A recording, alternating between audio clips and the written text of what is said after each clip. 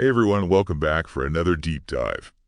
So have you ever imagined looking up and seeing like a massive piece of metal just falling out of the sky? I can't say that thoughts ever crossed my mind. Yeah. I mean, it sounds like something out of a movie, right? Yeah. But that's exactly what happened in a small village in Kenya. Oh, wow. Really? Yeah. So get this.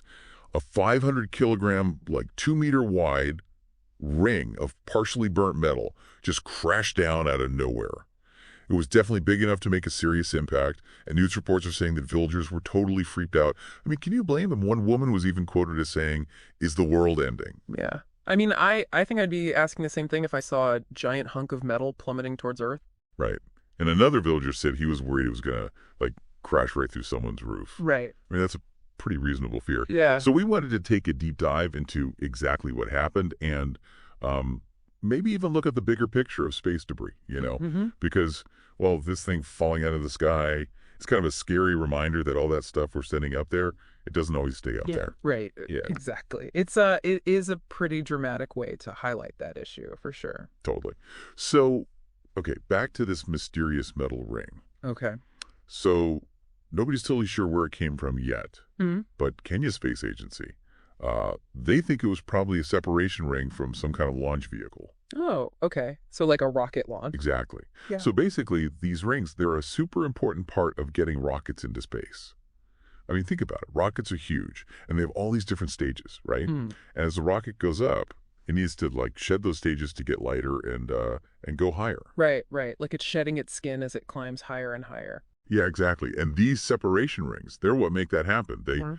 Um, they use these things like explosive bolts or like pyrotechnic devices to detach the different stages of the rocket. It's actually pretty cool when you think about it. Oh yeah, definitely. But it also, well, it also means that we're basically leaving a trail of these things up in space, right? Yeah, exactly. And that brings us back to the whole space debris issue. Yeah. You know, Every single launch we do, it leaves parts and pieces up there. And well, space travel is only becoming more frequent. We're sending up more and more stuff. And that means that the amount of debris, space junk, as it's often called, is growing all the time. that's a little unnerving when you put it like that. It is, yeah. And the space junk, I mean, it's not just one type of thing. It's everything from, like you said, spent rocket stages to defunct satellites to even fragments from collisions that have happened up there. And they can range in size from, tiny flecks of paint all the way up to huge, rocket parts. Okay, so there's a ton of different junk up there. But like, how much of a threat is it, really? So it's categorized into three main types: operational, non-operational, and fragmented. All this stuff, it's zipping around our planet at crazy speeds, like thousands of miles per hour. Whoa, that's fast. Yeah. And if even a tiny piece of debris hits, say, a satellite or a spacecraft, the damage can be catastrophic. I mean, it's like a tiny bullet hitting a car windshield, right? It can just like spiderweb out and cause serious problems. Right, so it's a huge risk to anything we have up in space, like all those satellites that, help us communicate and help with things like GPS and weather forecasting. All of that could be at risk. Exactly, yeah. And well, the worst case scenario is that this debris could eventually start a chain reaction of collisions, creating more and more debris and eventually making space travel way too dangerous. This is called the Kessler syndrome, and some scientists are worried we're getting dangerously close to that point. The Kessler syndrome. Okay, that sounds pretty bad. It is, yeah.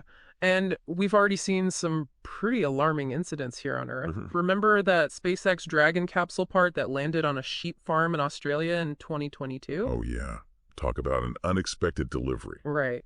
And well, there have been much more serious incidents too, like the uncontrolled re-entry of China's Long March rockets. That's caused a lot of international concern, and rightfully so. I mean, it's basically large pieces of metal falling back to Earth in an unpredictable way. And it's not just happening in other countries, right?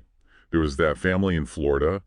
Um, their house was actually damaged by falling space debris. The homeowner, he said, quote, "I was shaking. I was completely in disbelief. What are the chances of something landing on my house with such force to cause so much damage?" Hmm.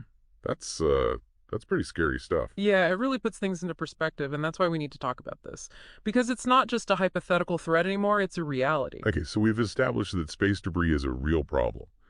But, like, some people might say that the risk is exaggerated. Mm. What would you say to that?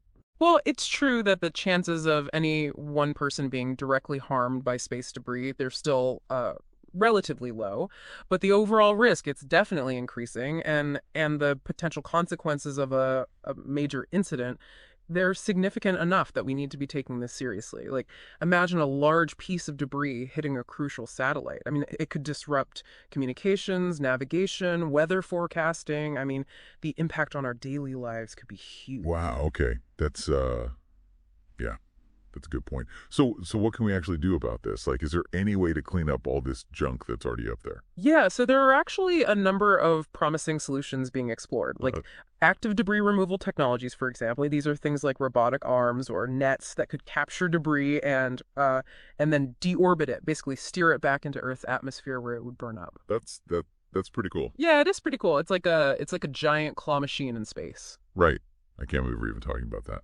Yeah, it's crazy. But beyond just cleaning up what's already there, we also need to focus on preventing more debris from being created in the first place. Okay, how do we do that? Well, one way is to improve space traffic management systems, right? So we can better track and predict the movement of objects in orbit and maybe even, prevent collisions before they happen.